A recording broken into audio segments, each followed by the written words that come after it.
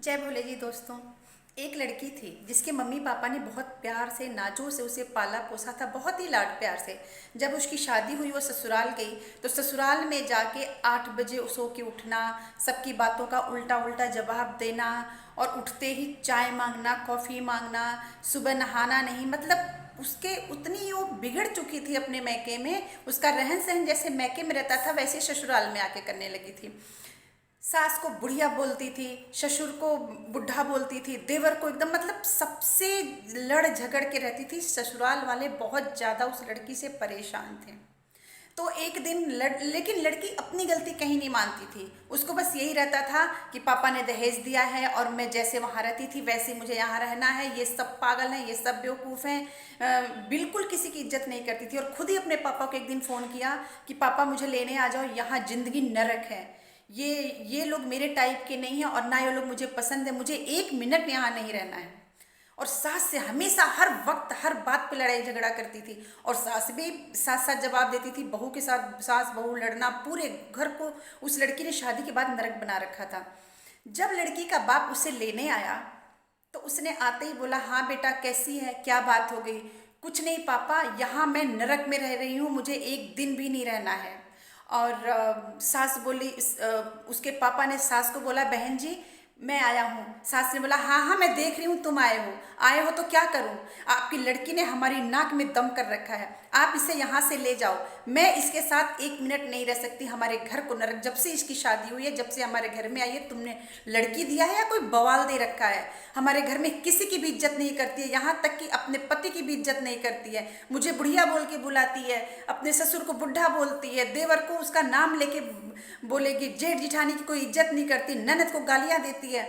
तुमने लड़की भेजा है या कोई यहाँ कुरूपनी भेज दिया है। आप ऐसा करो, अभी के अभी इस लड़की को यहाँ से ले जाओ। लड़की ने भी तुनक के जवाब दिया सासू माँ को कि अरे मुझे यहाँ नहीं रहना है, तेरे साथ रहना ही कौन चाहता, मैं यहाँ से जा रही हूँ, पापा मुझे अभी के अभी ले जाओ। कहाँ ब्याह दिया मुझे, कैसे नरक वाले लोगों में डाल दिया। लेकिन उस लड़की का पापा बहुत समझदार था। और मैं आप सबसे यही कहना चाहती हूँ कि जो लड़की के पापा हैं, जो भी अपनी लड़कियों की शादी की है, अगर लड़की आपसे आके अपने ससुराल की शिकायत करती है तो लड़की का साथ मत दीजिए। हमेशा सोच समझ के तब लड़की का साथ दीजिए। तो उस लड़की का पापा बहुत ज़्यादा समझदार था। जब लड़की को बोला, चल बेटी तेरा घर है ना, मेरा घर तेरा घर है और चल तू घर चलते हैं। पापा गाड़ी में बिठाया और लेके जा रहा है। रास्ते में बोला, बेटा ऐसा हुआ क्या था, कैसे हैं तेरे ससुराल वाले, तू इतने गुस्से में क्यों थी, तेरी सास तेरे से लड़ क्यों रही थी, हुआ क्या है। उसने बोला, पापा आपको पता नहीं है। उसने बोला, सास कैसी है तेरी। बोली, सास सास तो डायन है। अच्छा ससुर कैसे हैं तेरे। ससुर ससुर तो सबसे बड़ा राक्षस है। और जेठ जेठ तो महादुष्ट इंसान है। और जिठानी जिठानी तो कलुटा है पापा, कलुटा। अच्छा और ननद तेरी, वो तो सबसे बड़ी चुगलखोर है।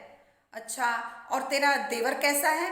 देवर लफंगा है, 24 घंटे अब बाहर इधर उधर घूमता रहेगा और आके खाना पानी मांगेगा, उल्टा सुल्टा बोलेगा, चला जाएगा।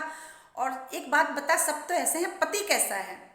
पति तो यमराज है, यमराज सबसे बड़ा यमराज है, सबसे दुष्ट वही है।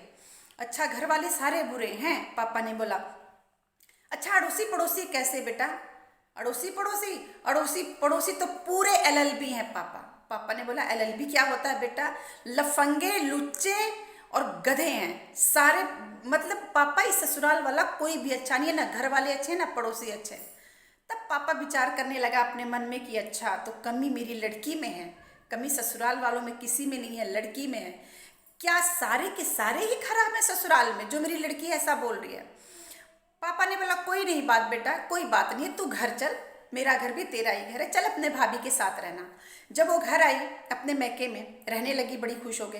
तो भाभी ने 4-5 दिन बहुत आवा भगत किया। उसके बाद भाभी मुंह बनाना शुरू कर दी। लड़की से बोलने लगी, थोड़ा चाय बना के लाना, खाना बना लो, बैठी रहती हो ये वो।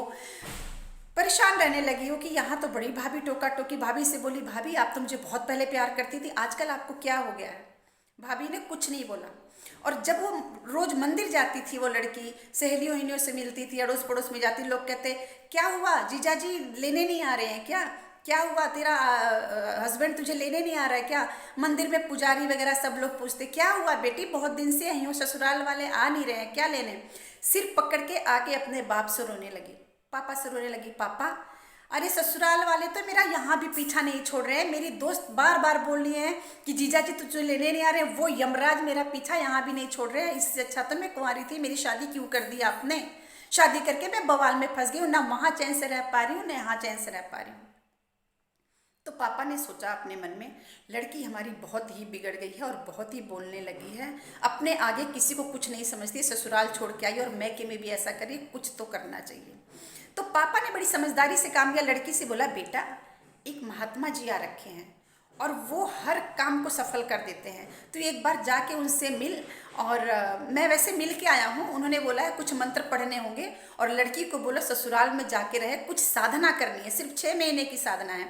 अगर वो तू कर लेगी तो पूरा ससुराल तेरी मुट्ठी में है, तेरी सास तेरे पैर छुएगी, तेरा आदमी तेरे आगे पीछे घूमेगा, तेरी ननद तेरे घर का सारा काम करेगी। क्या तू ये नहीं चाहती है?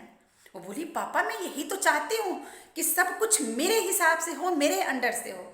यही तो मैं चाहती हूँ कि सब कुछ मैं करूँ और सब मेरे आगे पीछे घूमे। पापा बोला, बस तू करके देख। तो बोली, मंत्र मंत्र तो मुझसे नहीं होगा पापा, मंत्र मंत्र बोलो, पंडित तो वही पढ़ लेंगे, साधना जो है वो मैं कर लूँगी। तो पापा ने बोला, कोई नहीं बात बेटा, तेरी तरफ से मंत्र मैं पढ़ लूँगा, तू जा साधना करने, ससुराल में जाना पड़ेगा तुझे। बोली, कोई नहीं, 6 महीने की बात है ना, झेल लूँगी मैं। अगर पूरी ज़िंदगी ससुराल मेरी मुट्ठी में आने वाली है, ससुर मेरे सास मेरी पैर छूने वाली है, तो मैं कर लूँगी पापा, सब कर लूँगी 6 महीने। पापा लेके गया उसे छोड़ने के लिए ससुराल। जैसे ससुराल में घुसी, सास ने बोला, आ गई कुलच्छनी। गुस्सा तो उस लड़की को बहुत आया। लड़की ने लेकिन मन में सोचा, साधना, पापा ने मना किया है, मुझे कुछ नहीं बोलना है। कुछ नहीं बोली, जाके सासू माँ के पैर छू ली। सास ने पैर हटा लिए, बोले अब आ गई, अब घर और बर्बाद करेगी। कुछ नहीं बोला उसने। जैसे ही घर में घुसे, देवर बोला, आ गई फिर से आग लगाने। आदमी ने बोला, हे भगवान, मेरी किस्मत तो फोड़ी थी, मैंने सोचा चली गई, अब फिर लौट के आ गई। ननद बोल रही है, अब आ गई, अब सबका जीना हराम करेंगे।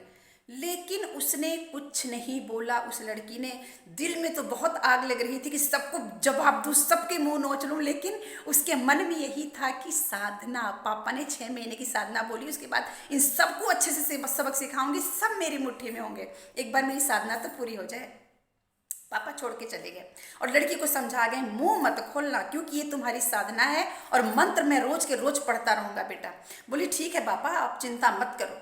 गई, सुबह 6 बजे उठ के सो के उठी और जाके सास के पैर छूने लगी। सास ने बोला, हैं ये बहू है मेरी, सुबह 6 बजे उठी। और फिर 6 बजे सासू माँ पैर लगूं, सास ने भी आशीर्वाद दिया। किचन में गई, खाना बनाने लगी। सास ने अपनी बेटी को बुलाया, बेटी किचन में इतनी सुबह सुबह क्या है, कोई बिल्ली घुस गई है क्या? ननद ने बोला, नहीं मम्मी, ये अपनी वाली बिल्ली है, 8 बजे उठने वाली है, 6 बजे उठ के काम कर रही है।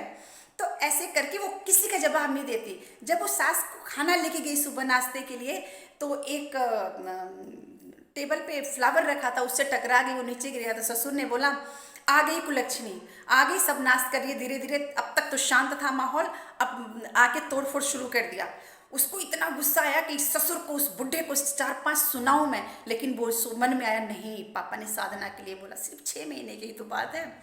ऐसे करके वो किसी का जवाब नहीं देती, सबका काम करती, बड़े तरीके से रहती। 1 महीना ही बीता कि सब लोग एकदम कि अरे, जाके सास ने बोला, बेटा, अपनी बहू से बोला, बेटा मैं तुझसे कुछ कहना चाहती हूँ, तू वही है या कोई और है? कहीं तुम जुड़वा तो नहीं हो कि तेरे बाप ने किसी दूसरी लड़की को भेज दिया? तू तो बेटी बन के रह रही है, बहू का तो कोई नामो निशान ही नहीं है। ले बेटा, ये चाबी पकड़ और इस घर का कारोबार हर चीज़ तू संभालेगी। अब और अपने पति से सास ने और अपने बेटे से सबसे बोला कि जो भी कमा के लाते हो, ला के बहू को दो, घर की देखभाल ही हमारी बहू करेगी, हमारी बहू बहुत अच्छी है, हमने इसको पहचानने में गलती कर दी। अब बहू अंदर अंदर खुश हो रही है कि वाह, सारे मेरी मुट्ठी में आ गए, अब तो सब मेरी मुट्ठी में है। 1 महीने में इतना बड़ा कमाल। वो और खुशी खुशी और चुप रहने लगी, अच्छा अच्छा जवाब देती थी, अच्छी अच्छी बातें करती थी, अच्छा अच्छा खाना बना के खिलाती थी, सब बड़े प्यार से रहने लगे। ससुराल वाले इतने खुश कि अरे ये क्या, ये तो ताज्जुब ही हो गया। फिर एक दिन भाई आया मैके से, रक्षाबंधन का दिन आया, भाई आया मैके से, बोला कि बहन चल, रक्षाबंधन है, माँ तुझे बुला रही है। तो अब उसने बोला कि भैया एक काम करो, तुम जाके मेरी मम्मी पूछ लो। बोला, मम्मी? तेरी यहाँ मम्मी कौन है? बोला, अरे मेरी सासू माँ है, मम्मी है मेरी, आप उनसे पूछ लो, अगर वो कहेंगे जाना है तब मैं चलूँगी। भाई बोला, चल चल, नौटंकी मत कर, तू तो अपने आप उठ के जल्दी चल देती थी और बुढ़िया बुढ़िया बोलती थी। आज मम्मी कहाँ से बोली? बोले भैया खबरदार, जो बुढ़िया बोला उन्होंने। बहुत अच्छी हैं वो। मेरी साधना चल रही है अभी, और मेरी साधना में आप भी किसी को उल्टा सुल्टा मत बोलो। और पापा मंत्र पढ़ रहे हैं इस चीज़ का। भाई बोला अच्छा ठीक है, चल मैं जाके तेरी सास से पूछता हूँ। जाके बोला आंटी जी मुझे बहन लेके क्यों लेके जाना है? बोली नहीं बेटा तू मत ले जा। अरे हम जीते जी मर जाएंगे, हमारी बहू बहुत अच्छी। ससुर ने बोला कि अरे ये तो मेरी बहुत देखभाल करती है, हमें इससे इतना प्यार हो गया, इतना लगाव हो गया कि हमारी बेटी के बिना हम एक मिनट नहीं रह सकते। अच्छा ठीक है, ले जा रहे हो तो त्योहार के बाद तुरंत मेरी बेटी को घर भेज देना।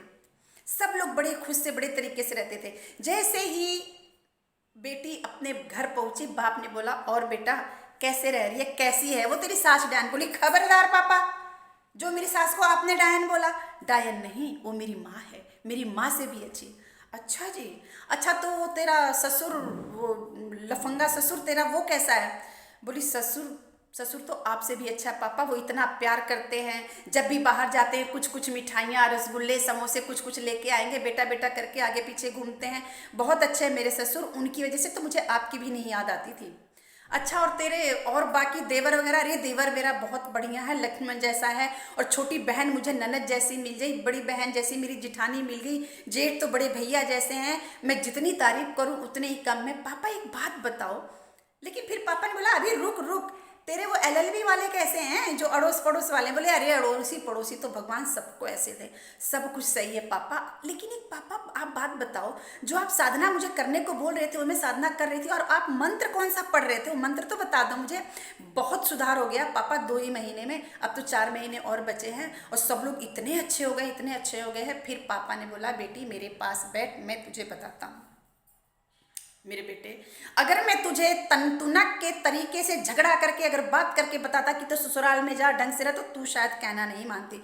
मेरे बच्चे कोई मंत्र नहीं था, कुछ नहीं था, बस तुझे समझाने के लिए मैंने बोला कि तू अगर वहां जाके चुप रहेगी, सबका आदर भाव करेगी, तो तुझे भी प्यार के बदले प्यार मिलेगा। और यही हुआ है बेटा, कुछ ना मंत्र था ना कुछ था, बस तुझे समझाने के लिए कहा था। बोली पापा आप धन्य हो, आपने मुझे जिस तरीके से समझाया मेरा ससुराल सुधर गया। अगर आज मैं मैके में पड़ी रहती तो यहाँ मेरी कोई इज्जत नहीं होती। तो इस कहानी का मतलब ये है कि ससुराल कैसा भी हो, जो बेटी होती है ना अपने ससुराल की ही रानी होती है।